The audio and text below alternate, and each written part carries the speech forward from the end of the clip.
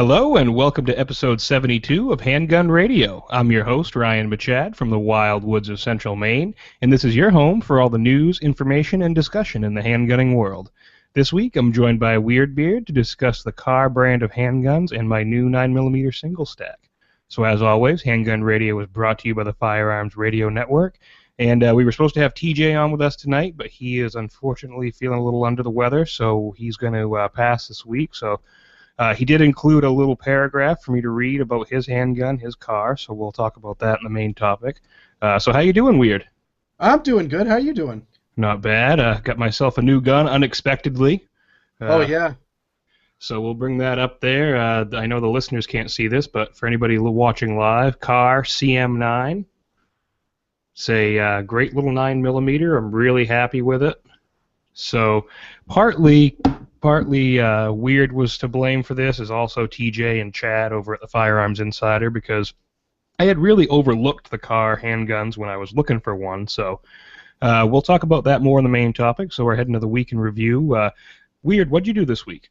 I went to Thanksgiving up in Maine, so didn't get a chance to go out shooting, but was carrying around, oddly enough, a Kahr firearm before I even knew the topic of this show, and also the nice thing about being the gun guy at any Thanksgiving table is you get asked a lot of questions. So I actually spent a good deal of time talking to my cousin about he's thinking about getting his Maine concealed carry license, and talked about different concealment options because he was a little bit uneasy about what the best way to conceal and all that, and different laws and different considerations. One of the things he had was, so now if it's concealed, does it need to be completely concealed, or can it print? Is it not allowed to print at all, or what's the story with that? And I'm like, Maine doesn't care. You can open carry, you can concealed carry. It doesn't care if it's half in, half out. Yeah, the only time they care is if you are open carrying and you put a coat on over it and you don't have your permit. Yeah, that is a problem, and it's actually also a serious consideration given how nasty Maine's winters are. Right, and that was probably the reason you didn't get up to shoot, because we got quite a bit of snow here the night before Thanksgiving. Oh, it snowed, and the day after Thanksgiving, Black Friday, it snowed all day long. It wasn't heavy snow, but there was snow falling out of the sky all day long. So, yeah, this past week I did some reloading for my new Kahr. I got about 50 rounds of 9mm, 115 grain ball ammo loaded up, and I got to test them today. There's a video over at the Facebook page, facebook.com/handgunradio. They functioned perfectly, although one magazine the slide didn't lock back, so I think I may have bumped it with my thumb, because the second time around it did. So that could be something I just need to get used to when I'm holding the gun. Also, I got a sticky holster in for test and evaluation, so look for a review coming up soon on the Firearms Insider, and there's a link to that in the show notes. So that about wraps up the week in review, so we're going to head into the main topic, which is going to be Kahr talk. So, as I've mentioned on the show before, I was looking for something that was a lot lighter and a little bit more suited to comfortable pocket carry. Now, as people who have listened to the show know, I've been carrying a Model 60 Smith & Wesson. Good, and I'm good shooting the gun. It's a little heavy because it's all stainless steel, and it also has the hammer on it. Now, I don't really want to bob the hammer. I know everybody says just do it, but I really want to find an extra hammer before I do that. But I still wanted something that was thinner, because that revolver does create quite a bulge in your pocket, especially in some pants. I can't carry it. So I was looking for something like a 9mm and a single stack. I really didn't want to get a 380, but if I had to, that's what I would have gone with. At first, I considered guns like the Shield, the Smith & Wesson Shield, or the LC9S, but they all had features that I didn't care for. Mainly, the LC9S has way too many quote-unquote safety devices, and the Shield, it just seemed a little bit too big for comfortable pocket carry. I had thought about the XDS, but that has too many safety devices, just like the other guns. And then I remember Weerd talking about the Kahr guns, and TJ and Chad mentioned the Kahr pistols as well. And I remembered a long time shooting one before, a long time ago. I really liked the trigger pull. It felt like almost like a smooth revolver trigger pull. So I started searching for one of those. I asked Weerd what he thought. So you've been involved with Kahr for quite some time, because I remember you're one of the first people who really started talking more about them to me. And why do you think they're sort of an overlooked firearm? Well, I think the big thing, and we'll have to throw this into the show notes. I did actually a blog post on my blog right after we started talking about the origin of the micro 9 millimeter pistols, and Kahr's was one of the first people to the market to bring a single stack pocket sized 9 millimeter. And I mean, we're saying pocket sized. I'm saying the Kahr K9, which was their first gun, is ever so slightly smaller than a J frame, which is bigger than most of the quote unquote pocket 9 millimeters and 380s that are out there. But people have been stuffing those in pockets since they first existed. And so it's slightly smaller than a J frame, but it came out in, I think, 1996. I need to actually close my notes on that, but I think it was 1996, which was long before anybody else did. And so people have been coming to the market with different guns. With the last one I listed was the Walther PPS, and after the Walther PPS was when the 9 millimeter pocket boom hit, and it seemed like everyone was talking about who was first to the market at that point. And so it's one of those cars had been around for 15 some years before that big 9 millimeter pocket boom hit.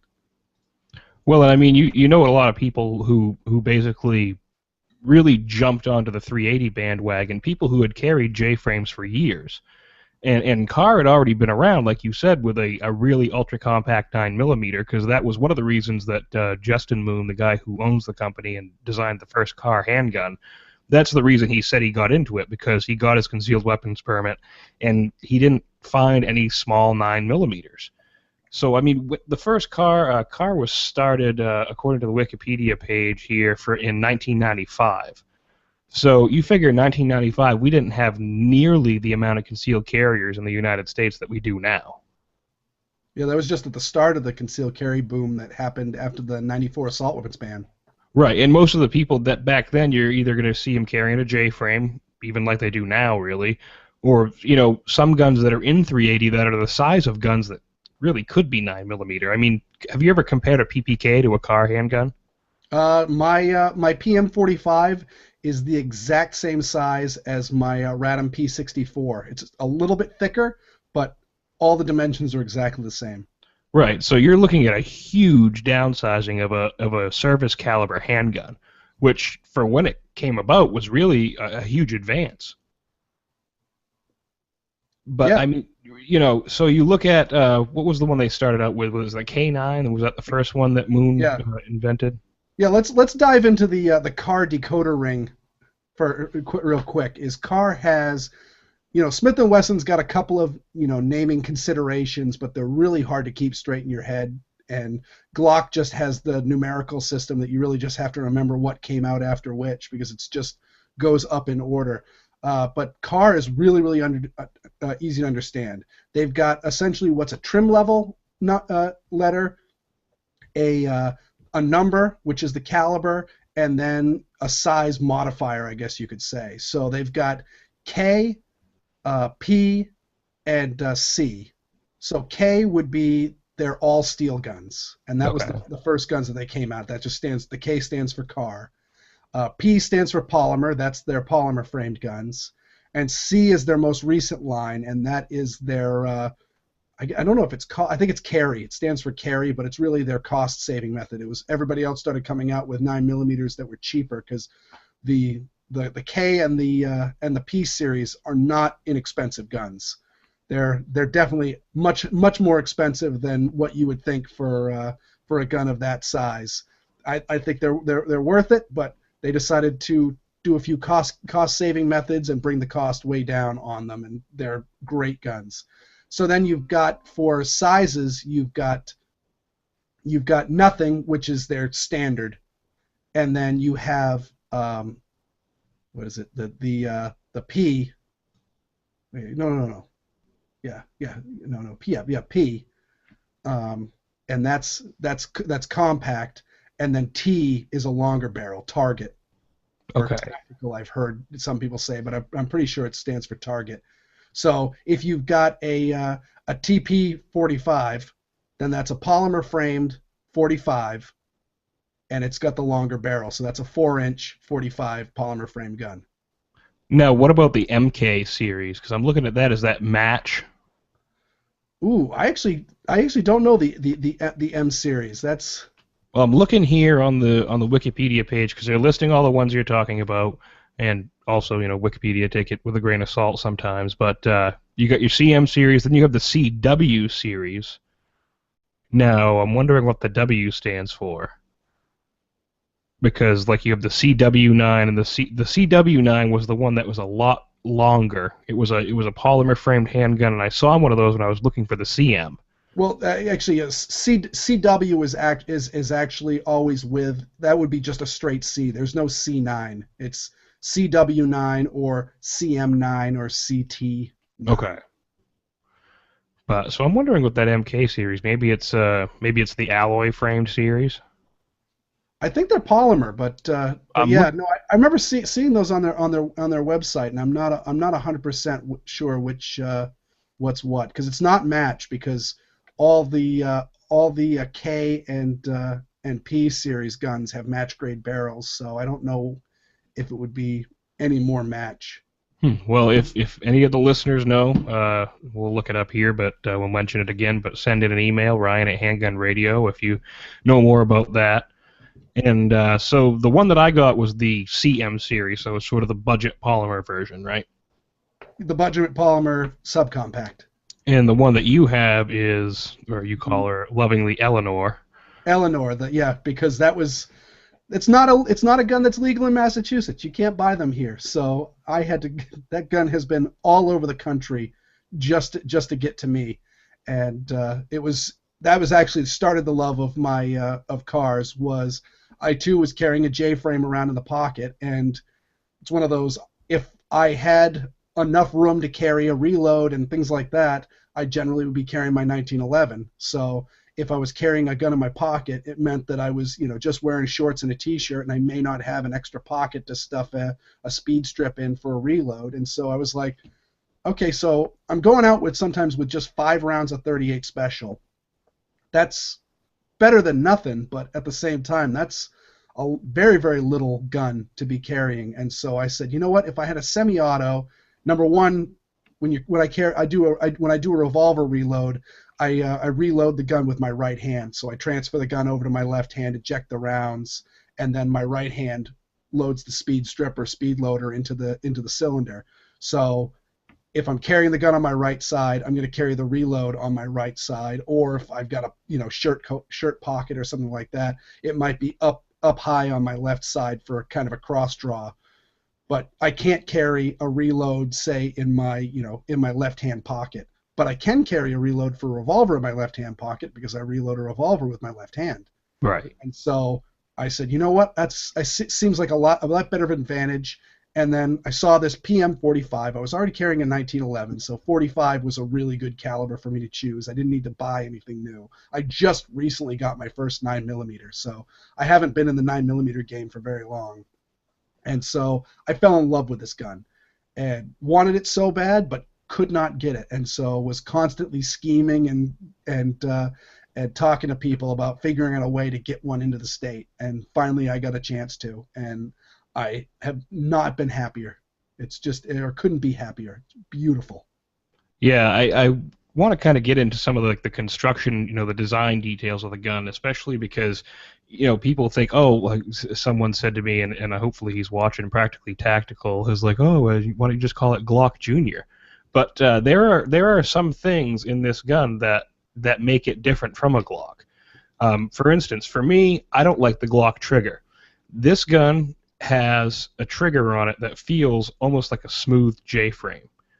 It's a really, really nice trigger. There's very little take up, and it's pretty consistent all the way through. It doesn't stack or anything like that. It breaks clean. It's generally always a surprise break. So I'm really happy about that. And then also you look at the inside of the chamber, and one thing that you'll notice is the feed ramp is not leading straight into the barrel. It's offset to the left-hand side. Now, I read that it was for him to put Justin Moon designed it to have the trigger bar on the side, and it can make for a slimmer pistol. Is that the reason you've heard, Weerd? It's slimmer, and it's also got a much lower bore access. Here, why don't you close that slide for those who are watching, and get a good grip on that, and let's just see how many fingers. So you've got a solid 2 fingers around there, and that's a gun that is the same size as an LCP. Right. That was the thing that got me. I compared this to an LCP, and it's basically the same size. It might be a little bit bigger dimensions-wise, but not by much. Just a hair. I looked it up just before the show, and it's like a fraction of an inch in every direction. Right, and it's also it's really thin. I mean, and there's no safeties or anything. There's no protrusions or anything to come out. I mean, I really, really enjoy this gun. I did have to get used to the takedown because it is a little bit different. I guess you have to pull the trigger as you're letting the slide forward and then pull it completely off the frame, as opposed to just with a Glock just pulling the trigger before you do anything else. I think you can, at least with mine. I bring the slide. When I take out the pin, I bring the slide all the way forward and then pull the trigger, and it should come right off. Right. And then the other thing, because at one point I had resigned myself to basically getting a Ruger LCP. I couldn't find the CM, and that was really what I wanted. I found a CW for a little bit more than I was going to pay for a CM, and I was going to get that. Someone said, you can just chop down the grip frame and get what you want, but still, I figured I wouldn't be happy. So I was thinking, what, I'll just get an LCP, and I'll just carry it with hot 380 loads, and that'll be it. So I was just looking around, and then I said, you know what? I haven't checked the local swap and sell site. So I went on there, and lo and behold, there was a Kahr CM9 9mm with 2 magazines. So I got 2 of these mags, the non-extended, just the standard ones. And so 2 magazines, original box and papers. The price was well below what everyone else wanted for them. And I asked the seller why he didn't want it, and he said, well, I have no use for a 9mm. We shoot 10mm and 45 around here, which was an awesome response, by the way. And the gun was in its original factory condition. Visual inspection didn't really show any evidence that it had been fired. I sent Weerd pictures that the guy sent me, and even he said, the Glock smile isn't there on the barrel. Doesn't look like it's been fired beyond the test firing from the factory. And so I went down and I picked it up. I checked it out, and I've so far been really, really pleased with it. Yeah, and you never heard of the Glock smile before. You asked me about that. I know. I was like, anyway, what are you talking about? I've never heard of something like that. And then you explained it, and I was like, oh, well, I've seen that. I've just never heard it referred to that way. Yeah, that's the Glock smile is where the slide starts wearing at the very, very end of the barrel, so you get kind of a half moon shape on it, or a smile shape of where that slide is, where the gun's locking up at the end of the barrel, sort of thing. And when you sent me that picture, I looked at it and went, "Oh my God, that gun's never been fired." Because the seller was asking for essentially what you can get via some sites for a brand new gun, but with number one that you could just swing on down the street to go get it face to face, and then on top of that he was throwing in the extra magazine. You got a pretty good deal. Right. I was really pleased with it, and so far I've put about 50 rounds through it. I couldn't be happier with it. It hasn't choked up at all. It fits my hands well. It has a fantastic trigger pull. Nice consistent resistance all the way through the trigger stroke. Gun hasn't hung up, even with the hand loads, and sometimes my Sig Sauer hangs up on my hand loads, so I don't know what the difference is, but it worked fine. The sights are really good. That's another awesome thing that I really like about it. And it carries well, and it doesn't snag when I go for the draw. So I highly recommend the CM9 especially if you're a long-time revolver shooter. The trigger will just be like an old friend. I've included a link to the Firearms Insider for the review of the CM9 that Chad Wallace did over there, so go check that out, because that was really one of the things that I looked at when I was looking for this gun. Now, Weerd, what are some of the features that you don't care for on Kahrs? Because I know a lot of people do complain about certain things. Let's see. Well, one that I don't like is that on the, I don't think this is something we were actually talking about just before the show started, is you should give this a try. But I know with the K series and the P series,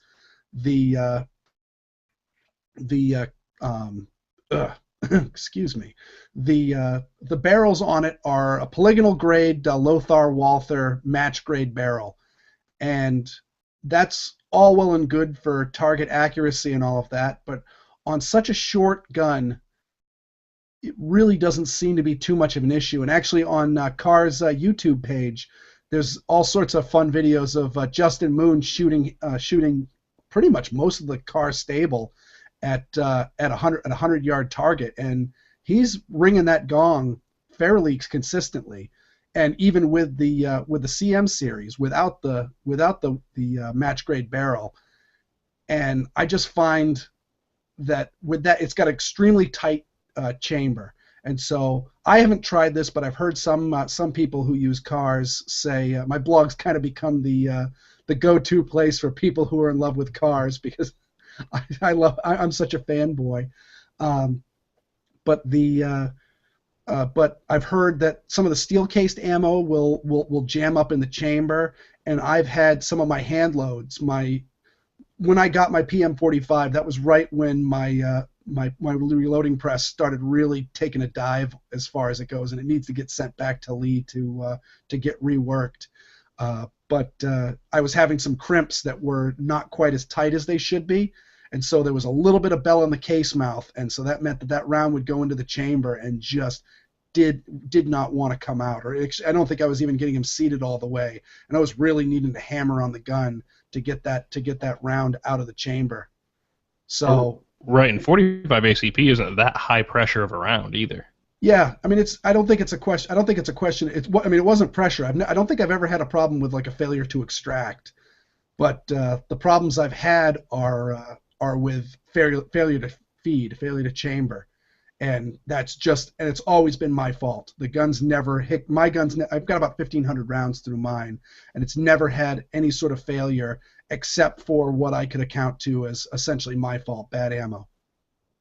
Now, TJ was supposed to be here with us tonight, and he couldn't make it, but he did send me a message to let us know his experiences with his Kahr 380, because when I decided that I was going to get an LCP, I said, well, what about looking at one of the Kahr 380s? Maybe I can find one of those.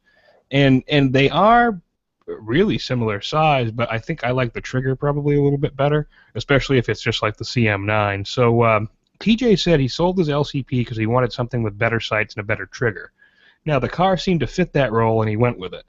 When he picked up from that dealer, I immediately realized how stiff the slide was. I actually cut my finger trying to lock it open, but I knew that Kahr recommended a break-in period, so I wasn't worried.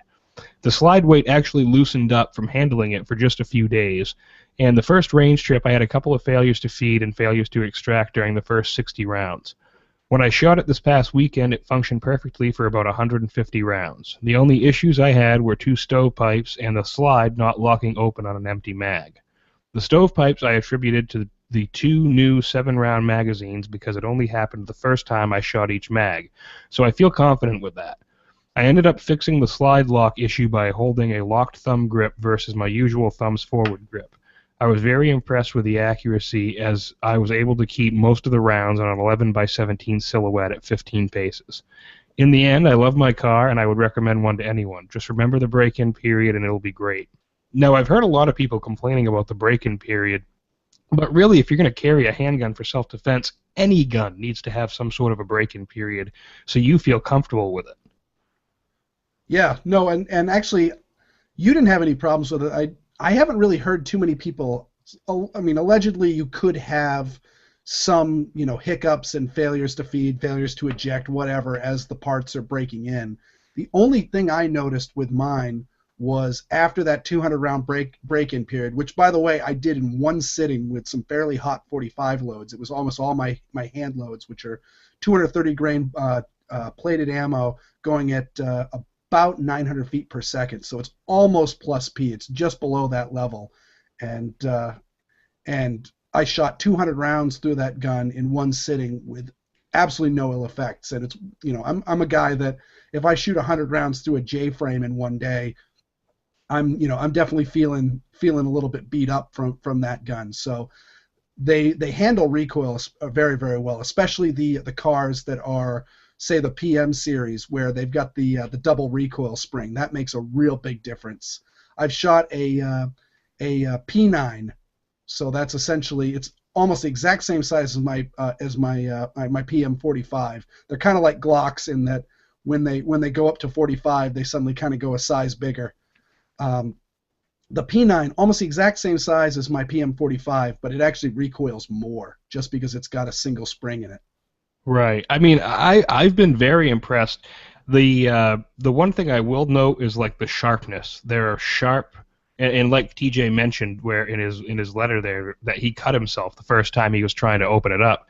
The ejection port is really sharp. It's basically it could probably function as an emergency knife, and the slide serrations are really sharp. So those would be probably the two things that I would like to see, worked on by Kahr to maybe soften those edges up a bit. Yeah, I guess, or you could just go through with a Dremel. Yeah, yeah, I'll mess it up and then I'll cause some malfunctions. It'll start malfunctioning on me. It has not yet, so. Yeah, just don't touch it on the sharp parts. So weird. What would you like to see Kahr come out with in the future? I mean, they've got the 380. They've got guns that are chambered in service calibers, like we said, that are really, really compact and small. So what else could they come out with? Well, one, I hear a lot on my blog, and I've actually talked to Justin Moon, and I didn't ask him this specific question, but I get a feeling that this is never, ever, ever going to happen. But have them come out with a full-size duty gun using all of their technology. So essentially a gun like either a Glock 19 or a Glock 17, but with that trigger pull and with the more 1911 grip angle and all of that would just be a really, really cool gun to enter the market. But again, Kahr is a humongous company, and they own Magnum Research and Auto Ordnance and a bunch of other companies. And so they already make double stack 9 millimeters. I don't see them developing a double stack 9 millimeter or a double stack 40 or 45 anytime in the near future. And the other one that I've got is just stupid. So you can go ahead and laugh at me right now, but they need to make a PM10. So 10 millimeter. 10 millimeter. Why not? Because that's not stupid. Why would you say that's stupid? I like that. I don't think anyone's making a lot of money selling 10 millimeter guns. So, but again, one thing I was thinking about is, I fired my friend Jay's Smith & Wesson 360, which is an airweight 357 Magnum, and that gun is a handful to shoot, but I can handle it.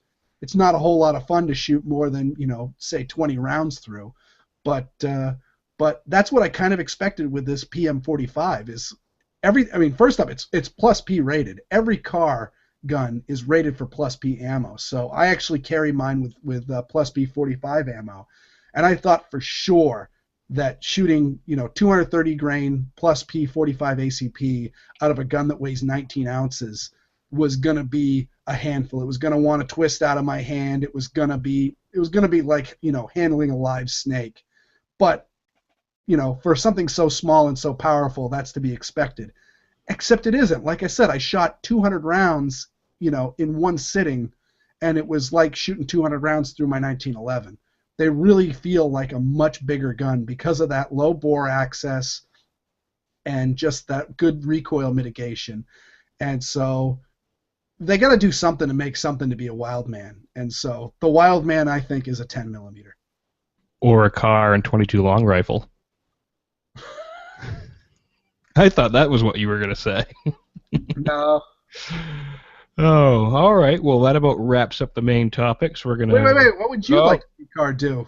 22 long rifle, man. 22 long. And honestly speaking, if they came out with a PM22, I would absolutely buy one tomorrow because you know how I am about little 22s. Right. Well, imagine if they made one. They could even make it even thinner. Yeah. I mean, that could be a real seller, a nice little kit gun. People who like the kit guns, you could just toss into your tackle box or whatever. A nice little 22 semi-auto is as thin as you can make it. Maybe make the grip a little bit of a palm swell so people with larger hands don't have a weird time holding it. Yeah. I mean, I think that would be kind of cool. Yeah, they can make it ridiculously light too. Right. All right. So that's what I want: 22 PM22 or CM22. Actually, there's another thing that I just think Kahr should do is, and I guess I could put it down as one of their drawbacks that I didn't think about earlier, is all of their slides, whether they're black or silver, are stainless steel. So it's either bare stainless steel or stainless steel with like a nitride finish on it. I don't know which finish they use for it, but it's all stainless steel. I kind of wish that they would do a carbon steel slide, because that would shave a couple more ounces off of the gun. Yeah, and I think Kahr, with the quality they put on the inside of the gun, if they put that on the outside of the gun, it would make a pretty attractive pistol. Yeah, and like I said, they're not a small company. So with a big company to do, say, just run out a huge, just a crate full of slides and send them out to be melanite finished or do it in house, it wouldn't be too hard to do.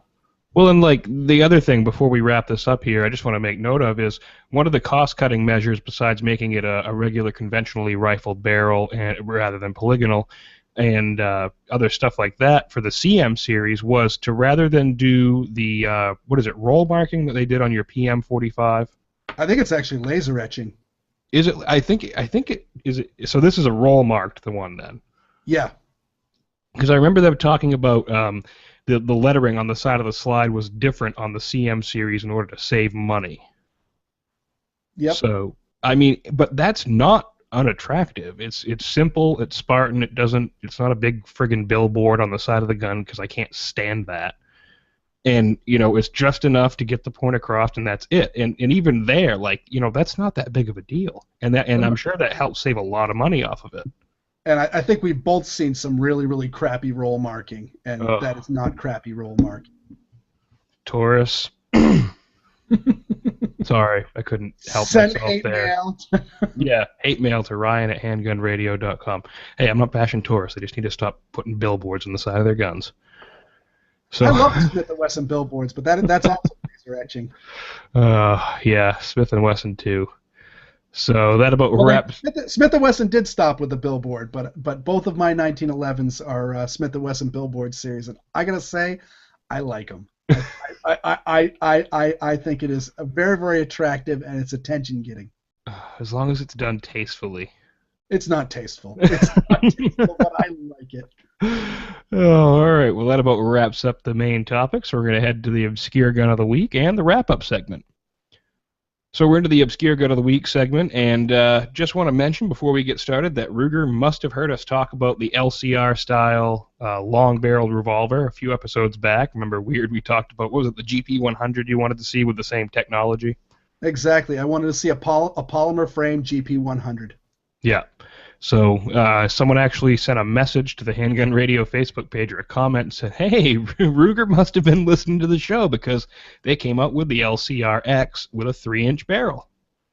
Yeah, no, that's actually, it's a pretty cool gun. It's not what I asked for because it's in 38 Special, not 357 Magnum, and it's a 5-shot instead of a 6-shot. But I gotta say, I think that it's very, very promising that that my dream gun from Ruger will come to fruition, because they put the adjustable sights on it. They really started making it. They put a longer grip onto it. They're really starting to make a bigger gun out of their polymer frame revolvers. So yeah, I think that is absolutely a good sign of what's to come. So Weerd, what do you got? I know you said you had a bunch of Post-it notes around your computer monitor for Obscure Guns of the Week. So what do you got this week? All right, yeah, I'm going to dive right into. Now, this one I will drop dead if you get a message saying, "Hey, Smith & Wesson must have been listening to the podcast," because this thing is just something that just needs to be done for pure silliness. So I've got a Smith & Wesson 617, so that's a 10-shot L-frame revolver. And I am in love with this gun. It is beautiful. It is such a fun gun to shoot. And the interesting thing about it is, when I was looking at this gun, this was actually my first .22 handgun. And I talked to a lot of people, and everyone was saying, semi-autos are good, but they're really ammo finicky and all that. And I just said, you know what? I don't feel like wasting a whole lot of time trying out ammo and not being able to shoot ammo. So you know what? I'm just going to get a .22 revolver. And it was not a mistake. It was a brilliant idea. Now, but let's go a little bit further down that road. So Smith & Wesson makes something bigger than the L frame. I mean, they make the N frame, but let's not talk about the N frame. They make the X frame. So I'm wondering if Smith & Wesson could drill enough bore holes. It would be even better if they didn't flute the cylinder. to make a 22 shot 22 X frame. Now, doesn't the X frame have the same grip size as the N frame? I yes, I think it is. Yeah, you can put end frame grips on them if I remember correctly. That would be interesting. I would think they would really have to shave some weight off of that gun or make it in one of the alloy frames. Can you imagine an alloy frame gun? Yeah, no, that would actually be. I see ever so often I see in the gun shop the what is it, the 329, which is the scandium framed 44 Magnum, Right. and that gun scares the jeepers out of me. That's just not only that, but I mean also you start running the risk of having bullets jump the crimp as you're running through, so your sixth round might end up bouncing into the forcing cone as you turn your gun into a kinetic bullet puller from all of that recoil. But actually for a 22, that would not be a problem. But Now, hell, you can make it a super duper heavy X frame too. What's it gonna hurt? It's a 22. right. Well, let's think of this. So on your L frame, it has 10 shots, you said? Yes. Okay, so you figure 10 shots on an L frame, so maybe another 3 or 4 for an N frame. Yeah.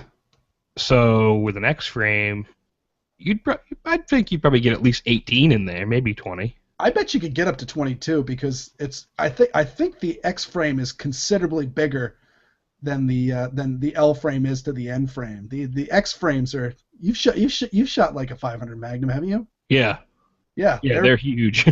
they're cartoonishly huge. Now, the only thing that I would be concerned about is the timing, because you got to think about that big heavy cylinder, because you're going to have a lot of steel around those chambers.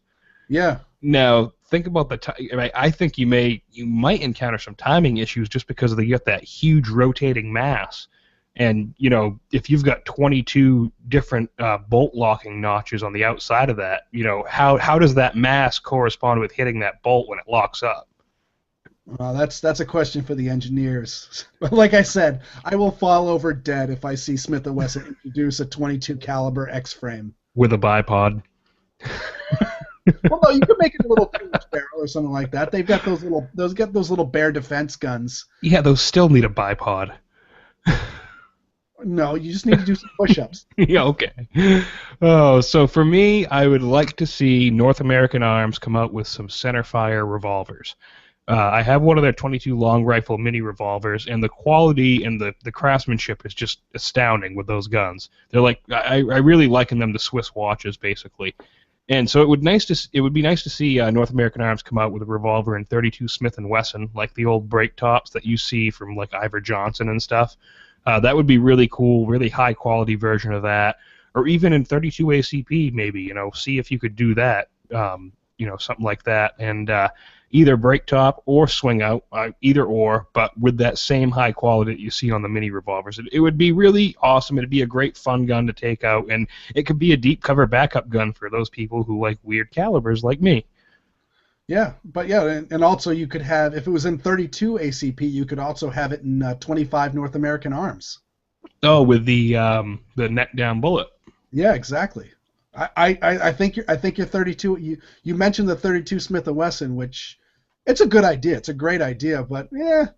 But when you suddenly said 32 ACP, it got the wheels turning, and I went, man, that'll work. It's a semi-rimmed cartridge, and they used to make revolvers in 32 ACP, and they worked just fine. They just didn't compete very well. But yeah, you'd be able to have a very, very short cylinder because it's a short round, because 32 Smith & Wesson is a fairly long round compared to 32 ACP. Right. And then on top of that, North American Arms makes that cute little proprietary cartridge based off of the 32 ACP.